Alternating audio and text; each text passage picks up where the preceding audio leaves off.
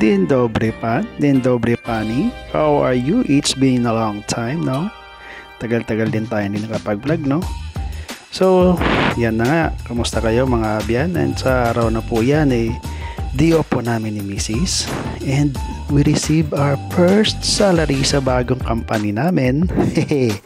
So, yan na. May konting celebration lang din naman sa isang buwan na paghihirap at pagtatrabaho. Siyempre, reward din sa sarili namin, no? Kasi siyempre, tiniis din namin yung mga pagod at puyat na ginawa namin sa buong isang buwan na yan. So, at tanggap na namin yung sahod namin. So, yan na nga, no, pumasok kami sa sinehan na yan. Kasi, plano nga sana namin manood ng sine. And then, dyan, pumipili kami ng kung ano yung showing ngayon dyan.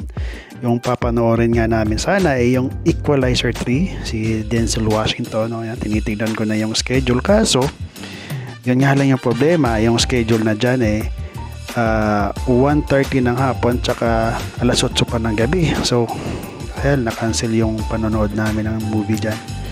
Kaya, kasi masyado ng gabi yan. Pagka alas 8 pa kami manonood, no? Kasi, siyempre kailangan din naman namin magpahinga.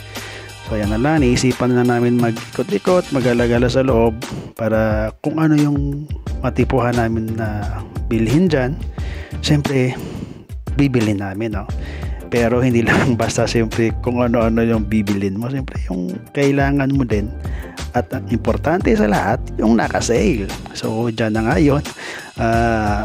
Sa store na nga yan, pumasok ako dyan sa Martis store na yan, no? Tawag dyan Martis. Ang ganda ng store yan kasi makikita mo talaga dyan yung mga kailangan mo for your daily activities, no? From working, o kung gusto mo sa mga sports, pang jogging, pang basketball, hiking, may mga bikes din dyan, no?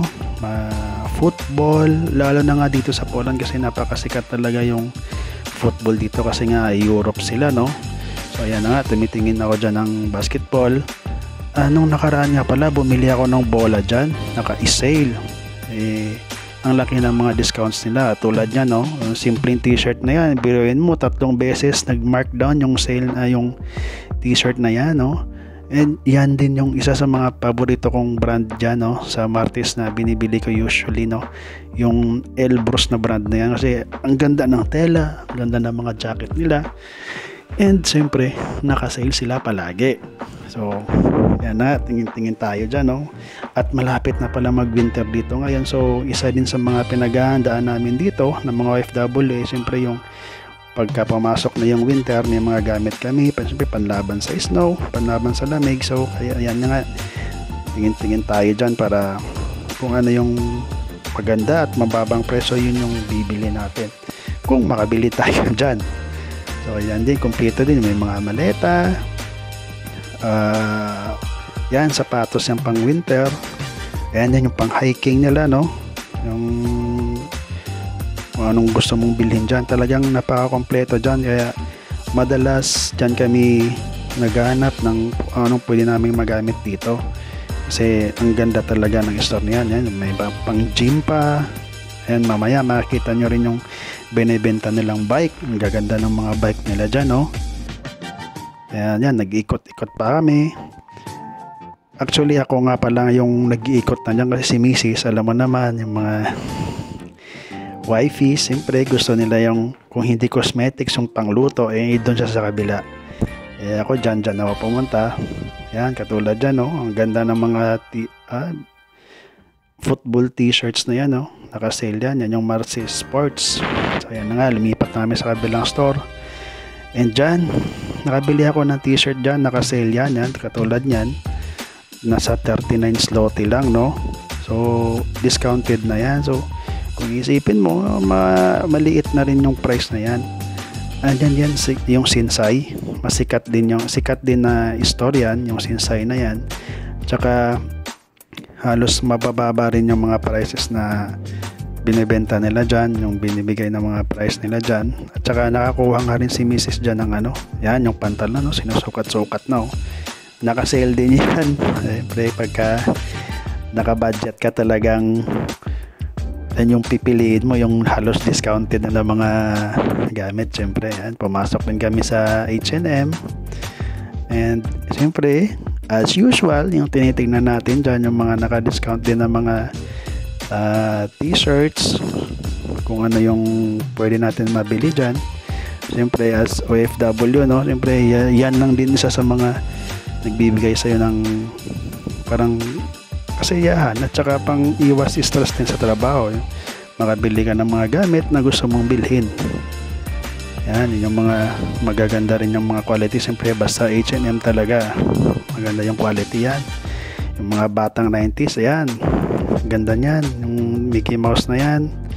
Tsaka yung t-shirt pala na ginamit ng sinusuot ko dyan ngayon, dyan ko rin binili sa H&M kasi naka markdown price din. Gawa nung konti na lang yung natira. Usually sinisale nila, so kaya nakabenas tayo dyan, nakakuha tayo ng discounted na t-shirt. Yung suot ko nga pala dyan, yung Kodak na design nila, no? Ayan, yung mga Stranger Things na mga t-shirt nila. Ayan, si Goofy Doo, oh, Goofy Doo, ayan, si Goofy, siyempre yung batang 90s, alam na alam yan. Ayan, si Joker, yung sa kay Bart Simpsons, no? So, ayan, pumunta rin tayo dyan sa 4F, hindi F4, hindi 4F na store. Yan naman, halos mga pang-sports activities din yung mga binibenta nila dyan, yung mga trousers, mga jogging pants, slippers, pang mga winter clothes din, yung mga mahihilig sa hiking, swimming, yan, nandyan yan, mga running, makita mo rin yan dyan. At talagang yung kagandahan sa mga store dito, halos lahat nabibigay ng mga discount, no? Hindi tulad sa dyan sa Pilipinas, nagbibigay ng discount pero ang liit-liit naman ang binibigay, no? Shout out sa inyo, tsaka real talk lang, no? Dito, katulad nung kanina, nakita nyo 3 beses mag-markdown, napakasulit na yun. Kaya yun nga lang kung may size para sa'yo. Ayan nga, nag-ikot-ikot na kami dyan, naghahanap ng kung anong pwede namin mabili din dyan. Kaya ikot-ikot lang muna tayo dyan, no? Ayan, what's up, no? Bakit cute pa? Ayan, sa kabilang store na rin yan, tawag dyan yung half price na store. Yan, ang ganda ng mga binibenta din nila dyan, mga branded din na mga sapatos tsaka damit.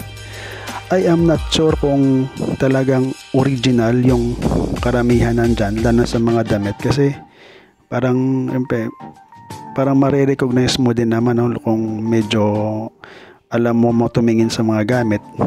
Pero mostly dyan, 90% masasabi ko naman na original. Yung iba lang, hindi ako sure kung original. Pero yung mga sapatos na yan, sure ako original yan kasi tinitignan ko talaga yung mga tatak, tsaka yung feel ng texture ng mga sapatos na yan. Yung sa ibang sa ibang damit lang, yung hindi ako sure. Ang katulad yan, no, yung Converse na yan, ang ganda niyan, ang gaan-gaan yan.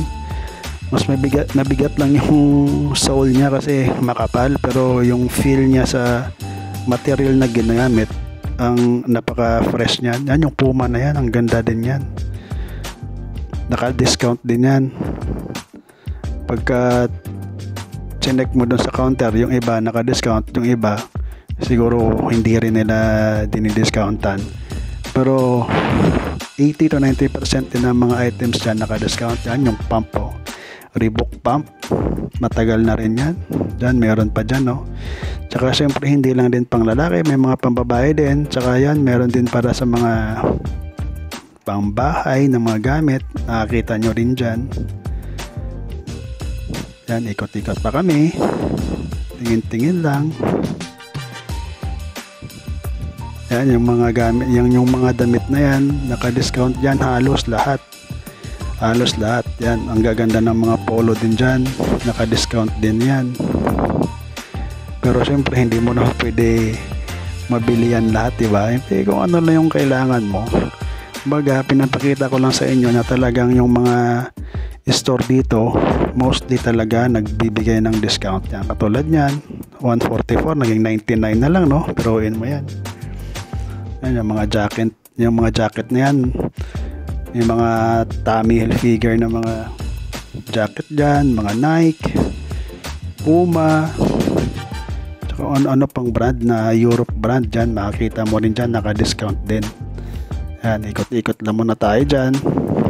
Tulad yan, yung Tommy na yan.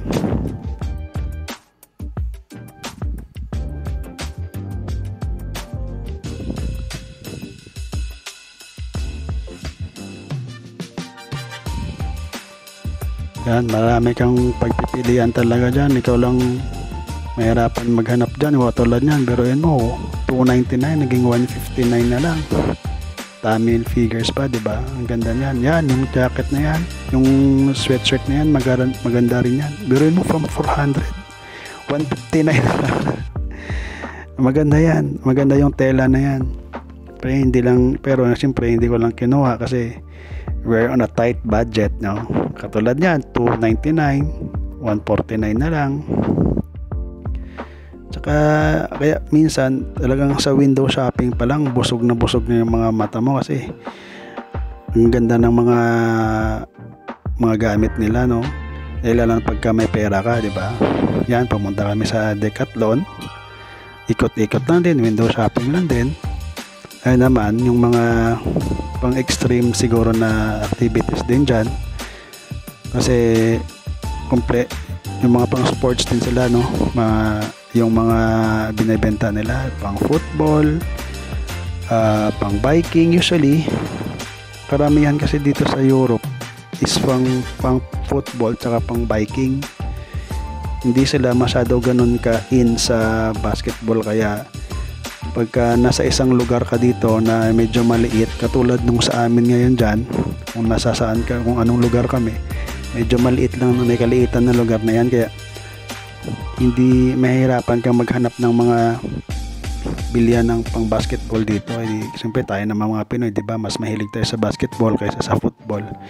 Isa lang naman mahilig sa football tsaka biking, kaya mas accessible sa kanila yung mga items na ganyan compare sa basketball. Ayan, ang gaganda ng mga bike, oh. Kaso hindi pa natin afford yan, pero ano pa yan, naka-discount din yan. Yan, pang gym, meron din equipments, pang hiking, pang fishing. Yan, may hilig din pala sila sa pag-fishing dito, kaya marami rin items na pwedeng mabili dito pang fishing.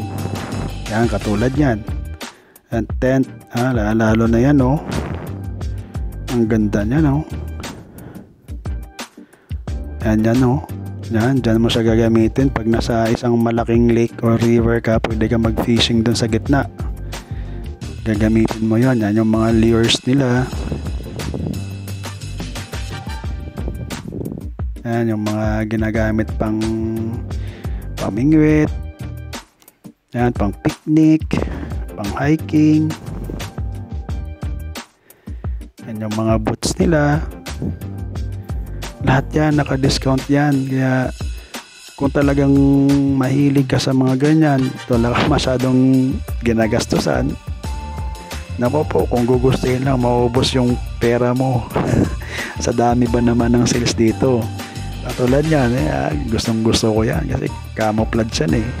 Gustong gusto ko yung mga camouflage na mga design, eh. Kaso siyempre hindi lang tayo pwedeng basa-basa makabibili ng mga ganyan kasi hindi pa naman kailangan. So soon, hopefully soon, no, makabili tayo ng mga ganyang gamit.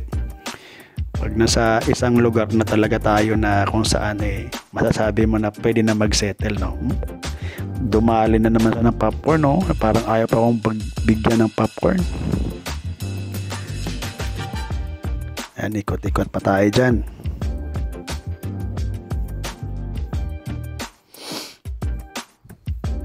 Yan, ang gaganda ng mga 6 packets nila ng mga pantalon. Yan, yung mga tawag nga doon. Wala kaming nabili doon kasi yung nabili ko lang pala dyan, yung isang t-shirt, no? So bago kami umuwi, mag ice cream na lang tayo. Hindi nakapanood ng sine, hindi rin tayo nakabili ng gusto na bilhin yung t-shirt na lang, nakasale pa, pero okay lang.